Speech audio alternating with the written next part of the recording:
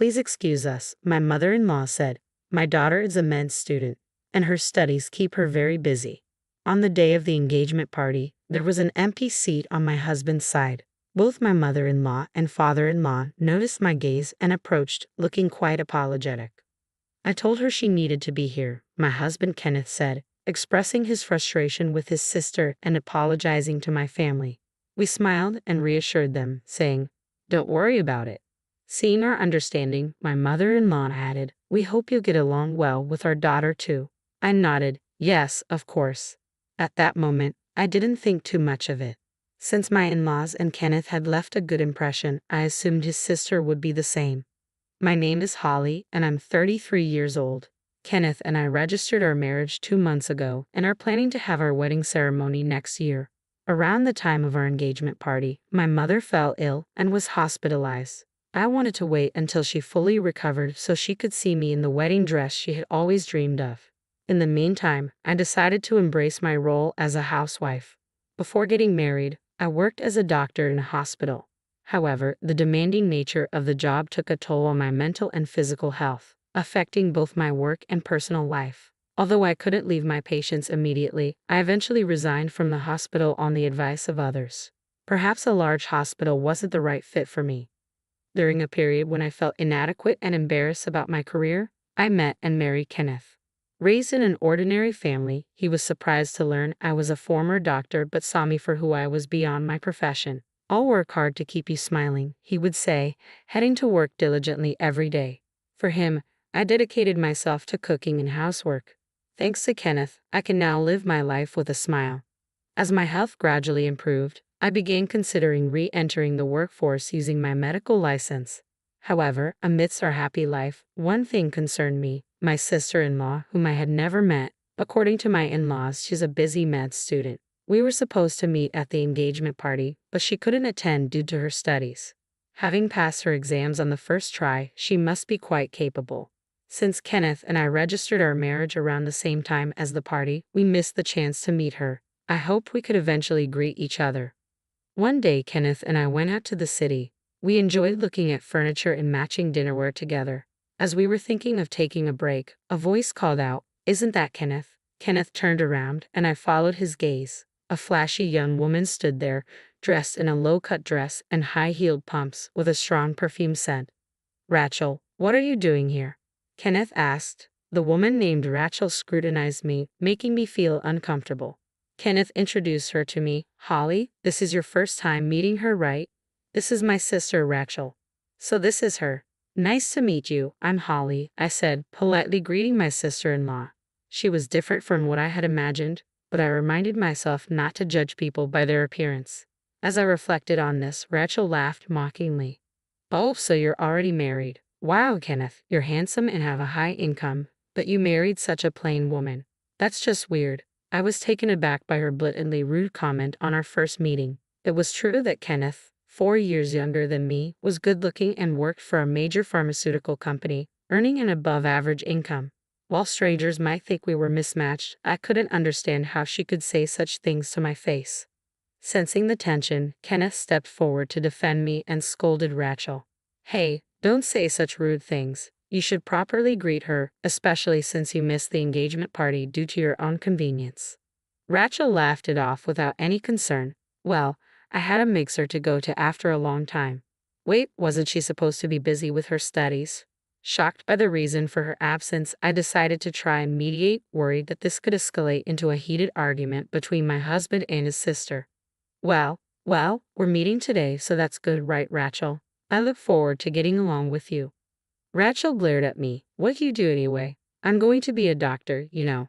Don't get too familiar with me."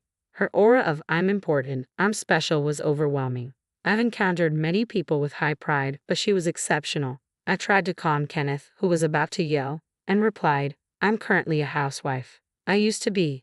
But Rachel interrupted me before I could finish. "A housewife? That's just like being unemployed. Unemployed people are society's garbage, and now you're my sister-in-law? Seriously? Oh, are you just a parasite living off my brother's money?" I felt my cheeks twitch involuntarily. In Rachel's mind, housewives seemed equivalent to unemployed people, which was an extreme view. My attempt to keep the peace had clearly backfired. Rachel, enough. Holly isn't the kind of person you think, Kenneth said, stepping in to defend me. It's okay, Kenneth, I said, calming him down. Even though our interaction was brief, I felt I understood what kind of person Rachel was. She must be intelligent, having passed her exams on the first try and keeping up with her credits, but her personality left much to be desired. Being a doctor is a wonderful profession indeed. It's a tough journey, but good luck with it, I said, smiling warmly. Ah, what do you know? I don't need your fake advice. Oh, and by the way, I'm still a student, so I'll pass on giving a wedding gift, thanks. My husband seemed too tired to get angry anymore. Just go, he said, gesturing as if shooing away an animal. Rachel complained in response. I came to say hi, but what a bad attitude. Well, whatever, I'm busy too, she said, before turning and walking away. After Rachel disappeared from sight, Kenneth deeply apologized to me. I'm really sorry about my sister. I can't believe she said all those rude things. She used to be more reasonable, I said, shaking my head. It's okay. Honestly, my impression of Rachel was nearly the worst, but it's better than having a fight because of me. We managed to exchange greetings, and from now on, I just need to keep my distance.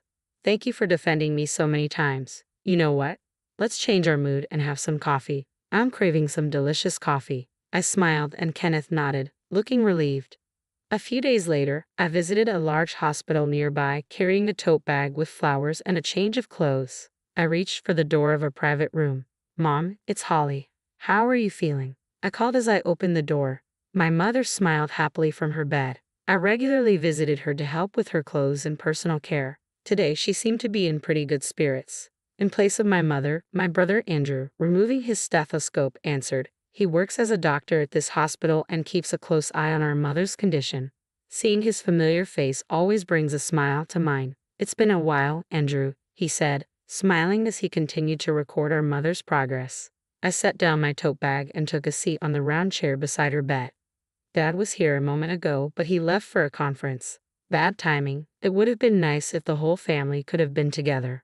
What a pity, my mother chuckled. This hospital is actually run by my father. I used to work here as a doctor just like him and Andrew. It feels strange being here, a place that's both my family home and former workplace. After enjoying a chat, my mother, feeling sleepy from her medication, said, I think the medicine is working. I'm feeling a bit drowsy, and started to drift off. After tucking her in, my brother said, seeing both of us might have comforted her. We smiled at each other and left the room quietly. My brother and I sat down on a couch in the lobby. How are things with Kenneth? Are you two getting along? He asked. I nodded. Yes, we're having a good time every day. He laughed and patted my head. Ever since I was young, he's always been overly concerned about me, and that hasn't changed even after my marriage. Everyone in our family was worried when you left the hospital. Meeting Kenneth was the best thing that happened to you, I think. I've been able to recover because of Kenneth's presence. While we were chatting, a nurse called my brother away. I'll be right back, just wait here for a bit. I nodded and watched him go to attend to a patient. He's usually busy, second only to our father, the director. It's almost miraculous that we had time to chat. I would have been helping out at the hospital just like my dad and brother if things had been different. Feeling slightly gloomy, I sighed. Hey, what's the unemployed Holly doing here? A familiar loud voice interrupted my thoughts. I looked up to see my sister-in-law Rachel standing there, looking down at me with a malicious smile. Her emphasis on unemployed irked me, but I maintained a polite smile. Hi, Rachel. I came to visit my mom today. You know we're in a hospital, so it's better to keep your voice down. Feeling uncomfortable at this encounter, I inwardly groaned. Rachel ignored my subtle hint and continued to speak loudly. Wow, your mom's hospitalized. I came here for clinical training today, Rachel said. From her attire, I had somewhat guessed that might be the case. It's not unusual considering she's a med student at a nearby university, but I wish I hadn't run into her. Even so, her appearance is a bit off. I discreetly glanced at Rachel's outfit and couldn't help but feel dismayed. Though not as extreme as the last time we met, her makeup was still flashy and her loosely tied hair was casual. I wondered if she understood the need for a more professional appearance. When I worked as a doctor, I wore makeup too, but I always prioritized cleanliness and kept it subtle to avoid discomforting the patients. Doesn't anyone advise her on this? Glancing around, I noticed several medical students and doctors, many of whom were my former colleagues, looking pale and uneasy behind her. Most of these doctors knew me well, and the medical students, upon being whispered to, seemed to realize that I am the daughter of the hospital director. To them, Rachel must appear as a reckless med student offending the director's daughter, her loud voice disrupting the hospital's decorum. I tried to suggest moving elsewhere. Rachel, please keep your voice down. It's disturbing. Rachel exaggeratedly sighed and interrupted me. A woman like you, unemployed and catching a high-income man like my brother, must be a relief to your mother, right? I bet you're making him pay for your mother's hospital bills, aren't you? Just like a trashy family would. She smirked, making it seem like I was some sort of embarrassment in front of everyone. Her awful words shocked not only the nearby doctors and medical students but also the passing patients who frowned. Being publicly called unemployed and having my innocent mother insulted was too much for me. Hey, enough is enough. One of the doctors, unable to stand it any longer, stepped in to stop Rachel, but she wouldn't listen. She deserves to be spoken to like this. Rachel laughed. The doctor who intervened furrowed his brow at Rachel's remark and left, muttering, "Your life is over, kid." Rachel seemed clueless about what that meant. Then my brother Andrew, who had finished his work, came back. Seeing the tension between Rachel and me and sensing the strange atmosphere, he looked puzzled. "Ah, Andrew." Rachel's attitude changed drastically with Andrew's arrival, and I was taken aback. She was the epitome of putting on a facade. She changed her tone and started cozying up to my brother. I couldn't help but notice that even her facial expression seemed to alter. Andrew is young, talented, and handsome, even from his sister's biased view. Being the successor to her father, he's quite popular. I instantly realized that Rachel was aiming for him. "Holly, what's going on?" Andrew asked, addressing me by name, to which Rachel glared at me. "Andrew, are you close with her?" she asked, her tone dripping with disdain. Calling the doctor at her training site by his first name was appalling. Andrew distanced himself from Rachel and casually replied, "Well, yes." Rachel, apparently unhappy with his response, persisted annoyingly. "But she's married, you know. You weren't aware of that, right? Andrew, you're popular. You should be careful." Her sugary nasal voice was irritating. She seemed to mistake me for a rival aiming for Andrew. "I know. She's my sister, after all." At Andrew's words, Rachel froze. "What?